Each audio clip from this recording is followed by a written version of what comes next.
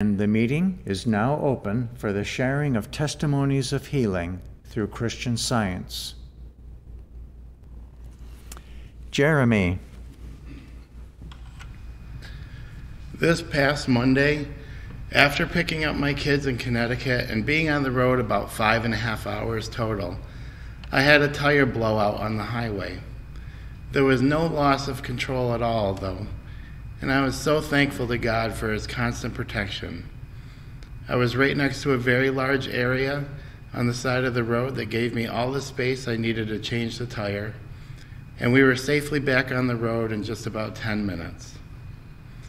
And then yesterday, while trying to find the right time to get new tires, and also to be sure to get time to print the newest magazine, I felt led to go to a tire repair place. They were able to get my car in immediately, and the salesman even recommended less expensive tires than I had previously bought, saying he felt that they would be perfect for my driving needs. It saved me about $300 and took less than an hour. So then this morning, I was able to come to church and print the magazine. No matter what needs present themselves, it is continually being proved to me that God has just the right path set before me to take. I'm so grateful for Christian Science, for this church, and for practitioner support, as I certainly was never capable of living a life of purpose and meaning without all that God has brought into my life these past 5 years. He gives me all the good I need to confidently and joyously and securely do all he directs me to do. And I'm so grateful for that. Thank you. Thank you. Linda. Thank you very much for those readings tonight. I'm very grateful for the practical ideas that are taught and shared in this church. Years ago, before I came to Plainfield, I began to learn about a concept called enabling, which was known as to allow or support others in bad habits. Recently, during a class here, a statement was made, "What thinking are you enabling?" This really hit me and helped me stop to see where thoughts were going, and whether it was mine or another, and what it was allowing. It took it away from person or action to a more of a type of thought that I could measure more closely to, is this taking me closer to God? And help me clarify what I was being drawn into or believing, since thought manifests itself, and we are told to watch thought. And so I was really grateful for that deeper understanding of what we are enabling, and so grateful for all that we're learning here so that we won't enable evil and counter it with truth and live a godly life. I'm very grateful for the Christ Jesus teaching, Mary Baker Eddy, and her sacrifices that she gave so we could have the science, and also this church and all the sacrifices many have given so that it could be such a beautiful place for us to learn. Thank you. Thank you. Chardell. Thank you for this service tonight, and I am so happy to be here. I really want to give gratitude for God and Christ Jesus, our practitioners, and I'm going to give special gratitude tonight for Mrs. Eddy and how she taught people in her home. She taught them in many different ways. One way that has been particularly wonderful for me is how she taught people to handle the weather. People would come into her home and she would start them out with this job. Well, there are two things in particular that I'd like to mention tonight.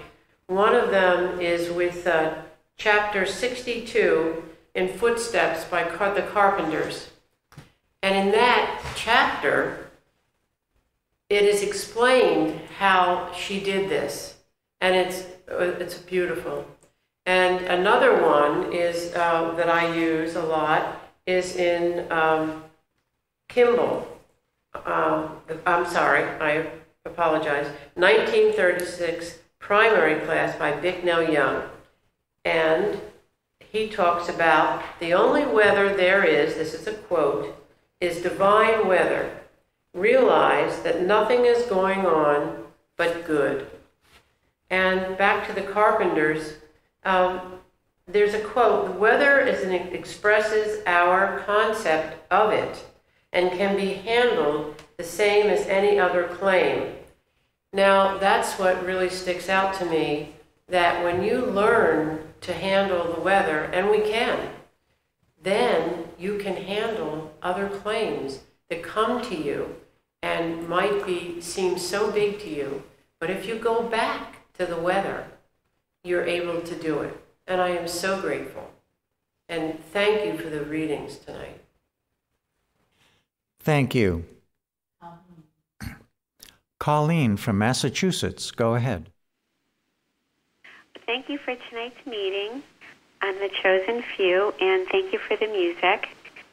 Tonight I'd like to express my gratitude to the practitioners here at Plainfield and their patient and practical teaching of God's allness and evil's nothingness. This week I was experiencing some pain in my body, and I just said, well, I can love God and thank God for all the good I have. And that's just what I did. I started to think about all of the good that I have, my family, my church. I thought, I'm so grateful to be able to pray. It's such a joy for me to do. And I also wanted to say I was thankful for my dog and for all the animals in the world, for all the people to enjoy what fun they are. And I also wanted to say thank you to God for my son and all the good that the kids are doing today in this world. And I just kept thinking of all the things that were so wonderful and everything good in the world. And then after a while, I just realized that the pain was gone. And I realized that everything I'm learning here is really, really true, that God is all and God is good and God is the only life, and that evil is really nothing and it's not real. So the remedy for me was to seek God and to hold to his thoughts, and they're always good. And it gave me so much gratitude, and it was so wonderful, and I'm so grateful for everything I'm learning here at Plainfield about the truth. Thank you. Thank you. Betty from California, go ahead. Good evening. Thank you for the readings tonight and for the beautiful music. I want to express my gratitude for a healing that happened over a week ago. While at a club meeting where I was helping with food and dishes and so forth, I was in the kitchen alone cleaning up the coffee maker and the container of hot water for the tea. I remember not being a real happy camper at one point in time while I was in there. I was by myself. About 5 minutes later, when dumping out the very hot water, I poured some on top of my hand. I yelped and said, God good. And I was saying some other statements of truth and continued on with the cleanup. But within a minute or so, I remembered that I had been very resentful.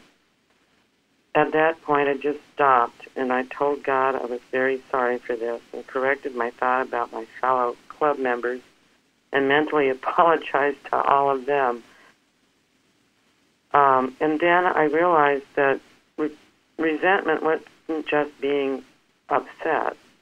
It was also hatred and pride and arrogance directed at others for my own shortcomings.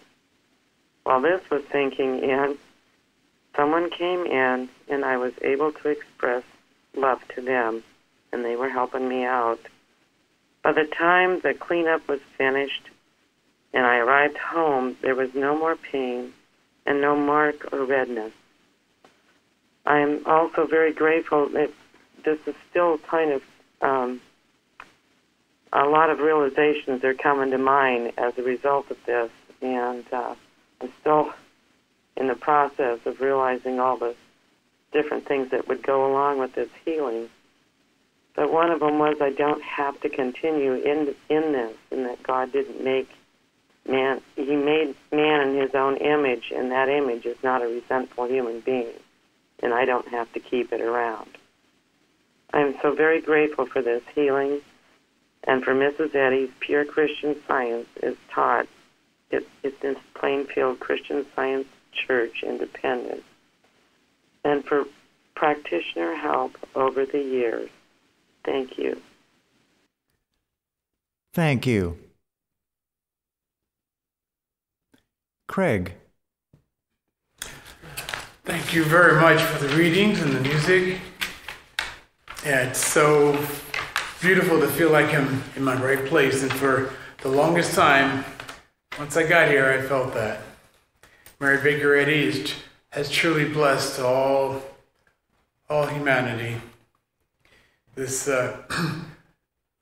teaching, this turns us away from what just is around us, the normal thinking, to something beyond and better. The watching point has been helpful in the last couple of days, particularly today. It says, watch lest you run your thought ragged, frenzied mental effort, forgetting the purpose of our work is to refresh our heart with brighter and spiritual views. And it goes on. This is from Carpenters. And I thank God for that, because you can keep, if you're fighting or trying to fight some illusionary obstacle that seems to be in your way, whatever you're doing, which is what I seem to be doing in a number of situations. And it's likely to get tired after a while and feel like you're being discouraged, which is the devil's tool. But if you rise up and realize, God's has all good, and what that good is for each of us and our interactions, it's a whole different story, and life becomes so much easier. You feel more relaxed. Good things start happening. For instance, I was told that we had more funds to our family, but I needed certain particular forms in order to qualify for them. Happened to be for my son. And I couldn't find them. I believed I could find them, but I knew God knew where everything was. Well, I put it in his hands, and it's for years I couldn't find them. But, my wife says that she knew that she had seen it, and so I trusted, instead of trusting myself, I trusted that God governed her. And clearly, she did, and she came up with it to satisfy our situation. And in addition, she needed some parts for her car. And I knew that, other people had gotten what she needed for a low price, but she seemed like she couldn't. And things are working out. And today we went and found out that for a very small price, she got a computer module that was available for her car. And that also, I think, was more of rising and not fighting, racing around trying to find something, but letting God reveal it. But so life has become it's more of a God show me instead of I'm going to go and get this. And it's been a much easier road. I thank God for Mary Baker Eddy, who's, I'm sure, in this church has led me in that direction. Thank you. Thank you. Yeah. Fairley from Maryland, go ahead. Thank you. Last year, I had my eye doctor, when I went for a checkup, diagnosed me with glaucoma, too high pressure in my left eye. And I've been having to put drops in it every morning for several months. When I was checked up again, when I was checked up just recently, because I was supposed to go back to him after several months, my left eye seemed to be doing fine. He said, well, you could start putting them in your right eye as well, but I objected to that. And he agreed at that point, just the left eye.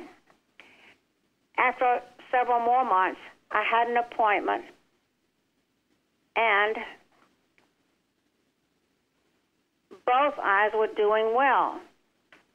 So he said I could go without the drops for 3 weeks and see what happened. I was working, thanks to my practitioner's help, I was working with an article that she gave me by A. Kroger called Sight. And every morning I would understand and claim that sight was purely mental. And it says in the article, sight is no more dependent on matter than is honesty, kindness, love, mental qualities. So it will ever be with sight when we see to it that it is purely mental. And I would claim discernment, perception. So after several months, I had an appointment. Both eyes were doing well. So he said I could go without the drops for 3 weeks and see. And so today was the day to go back after the 3 weeks. And I knew that my eye was all right. By then, I just knew it because I'd been working that way every day.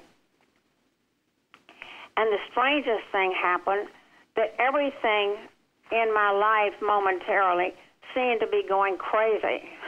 And I realized in the middle of the night I could not go to sleep, though I planned to have a good day and an appointment where I would be calm and my eyes would be fine. And everything seemed to go wrong. I couldn't go to sleep. There was noise. And the next morning, as I was about to go to the appointment, my son broke a big glass piece of a door by mistake. And, it was shattering glass all over the place. And I thought, this is animal magnetism. I was kept up last night because they don't want me to, animal magnetism does not want me to go to this appointment. So I went, and I was feeling fine. And when I got there, my eye was checked out, and he said, all right, this is good. The eye is okay. So you don't have to use drops again. Just see me again in 3 or 4 months. I'm very grateful for this healing and grateful for Christian Science. And I was able to tell my son that I was healed because of Christian Science. So it's a wonderful opportunity to understand the truth. And thank you for the readings tonight. Thank you.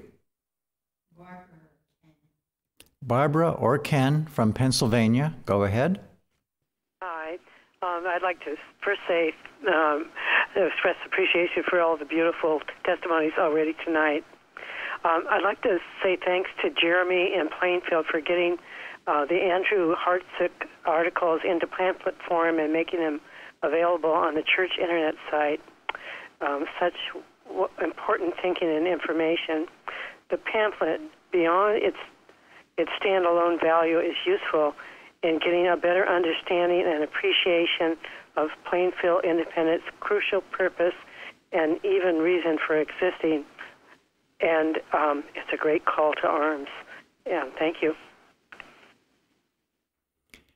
Thank you. Day or Florence, go ahead. This is Day. Thank you. I've recently been reminded of the importance of expecting good consistently.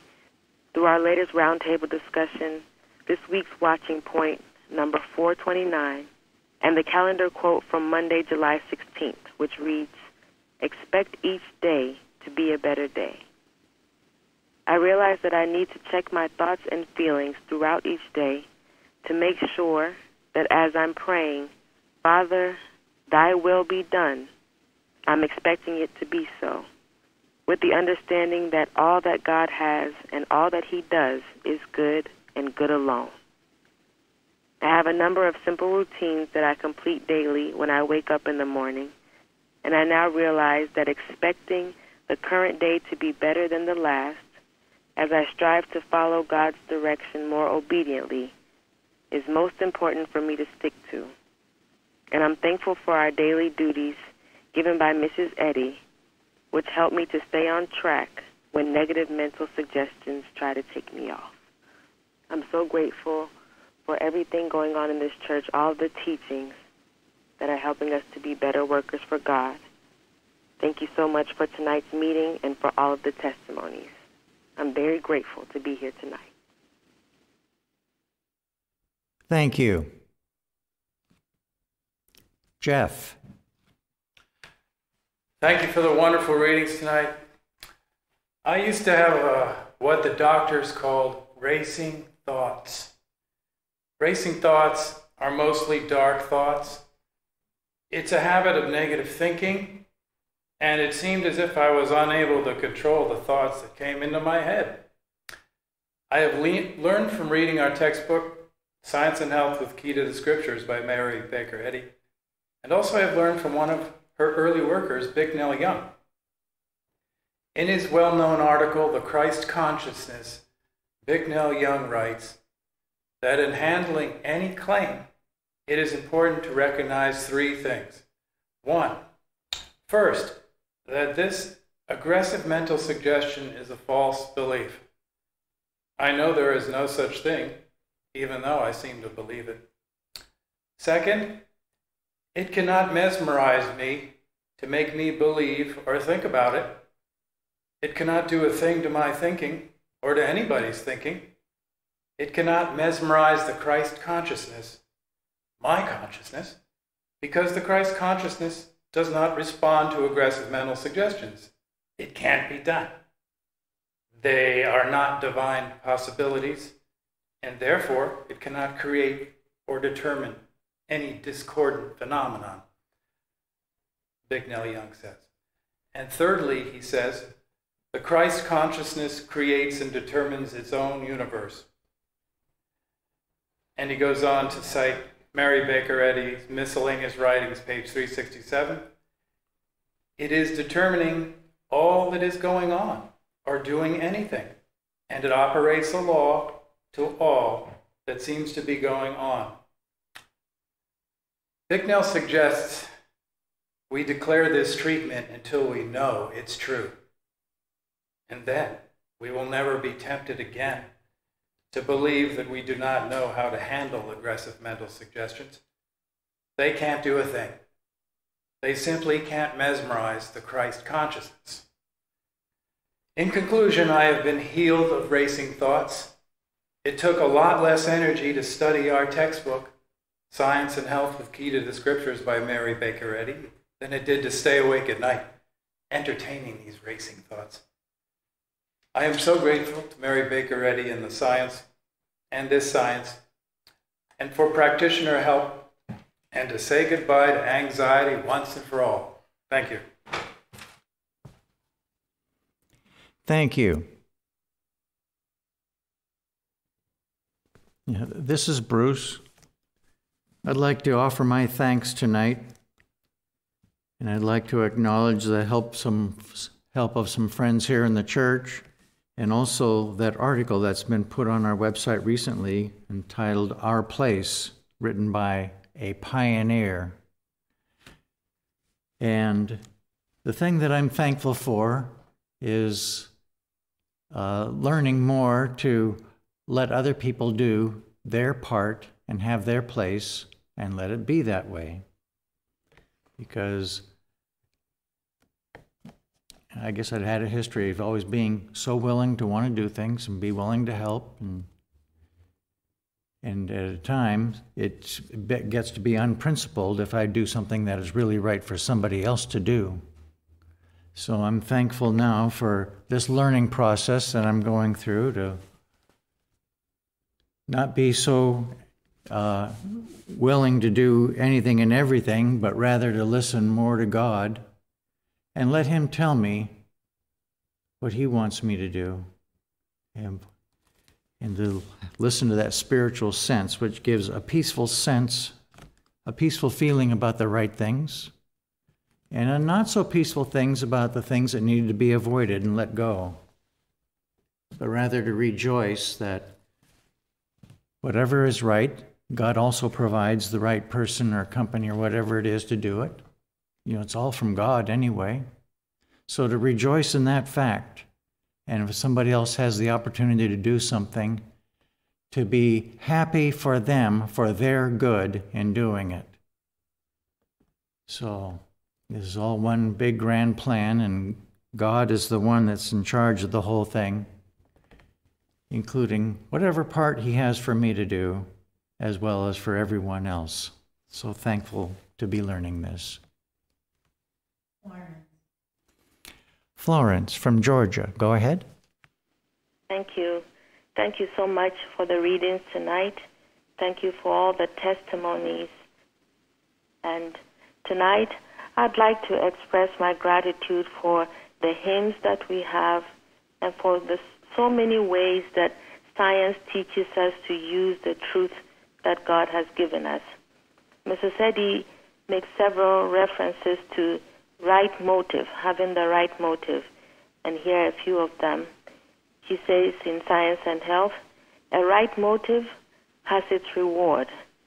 A wrong motive involves defeat. Working and praying with true motives, your Father will open the way.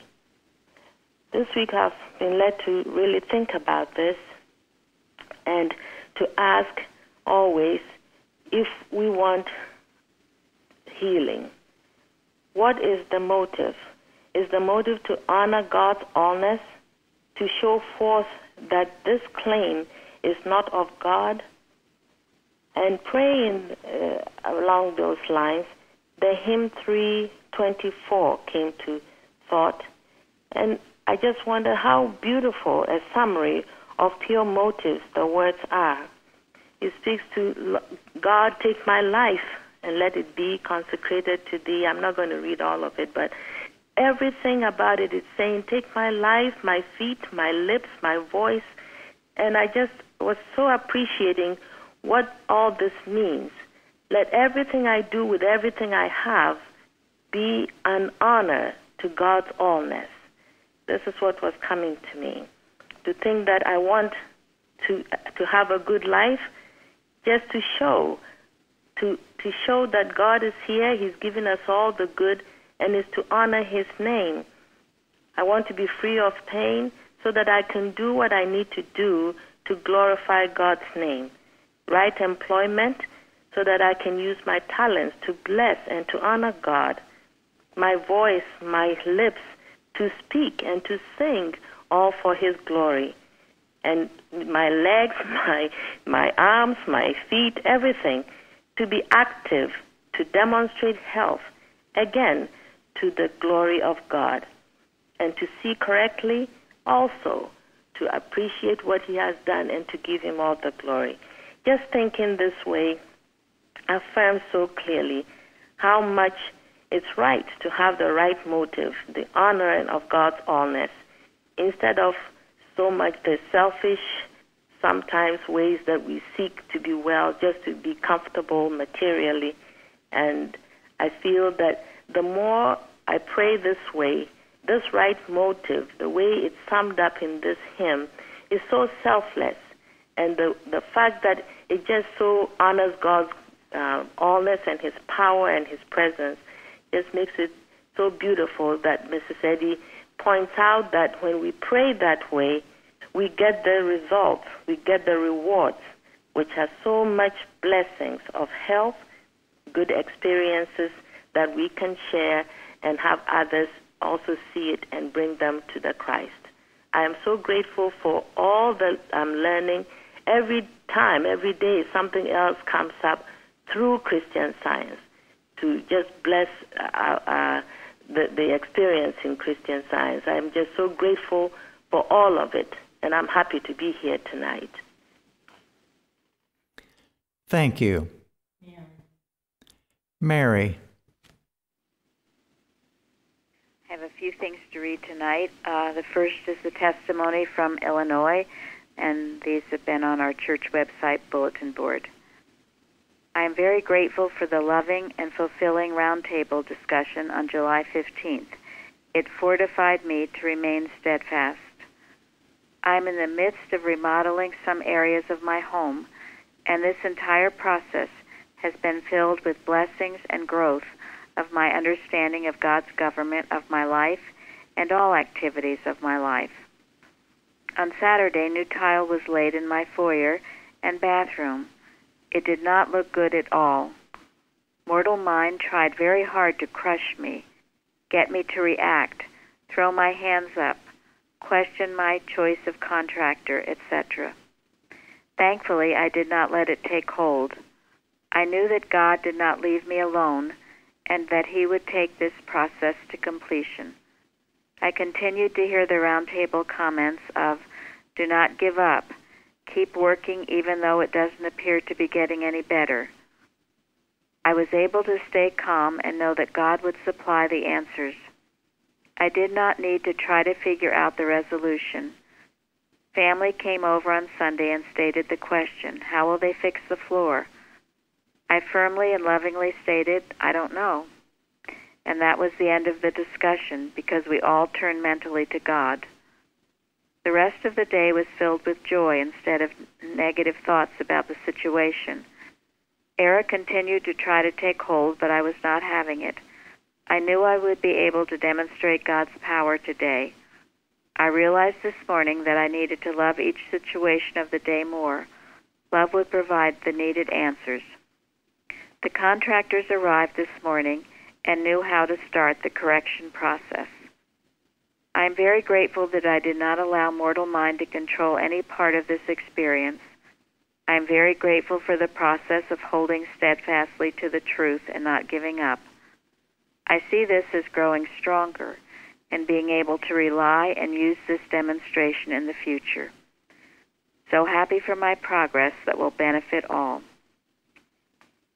And then Massachusetts, this is a thank you for last week's testimony meeting on rest for the soul.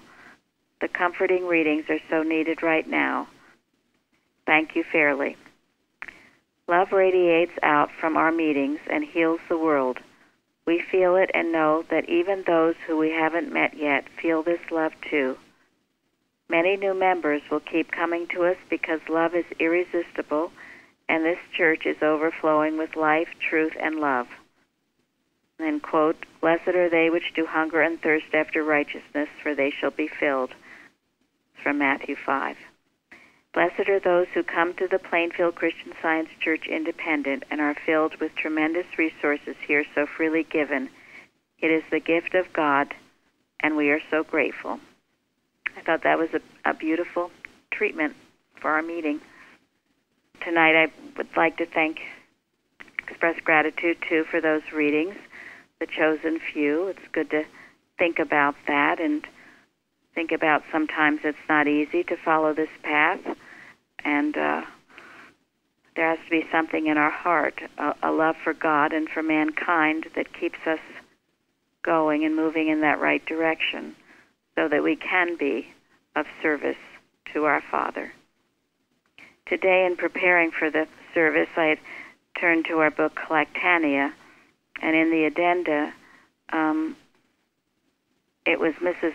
Eddy's instructions, notes from the class of 1889, and in it she says, "When you have come into the clear understanding of truth, you have no right to withhold it from those who seek it honestly, for it is God's truth, not yours. But be sure and give it out more in your life." I thought that was so beautiful and so true, and this is really what our Wednesday meeting, testimony meeting, is about. And she says, when you really get this truth, to withhold it, that becomes a sin. It's to share with others. She acknowledged in these notes that this truth wasn't her truth, and she was sharing it with others. And so must we, and our heart should be overflowing with the desire to give it to others. When our children were in, I guess it was nursery school, there was a song that they would sing, they learned, and it was one of the verses, "Love is something, if you give it away, Give it away, give it away. Love is something. If you give it away, you end up having more.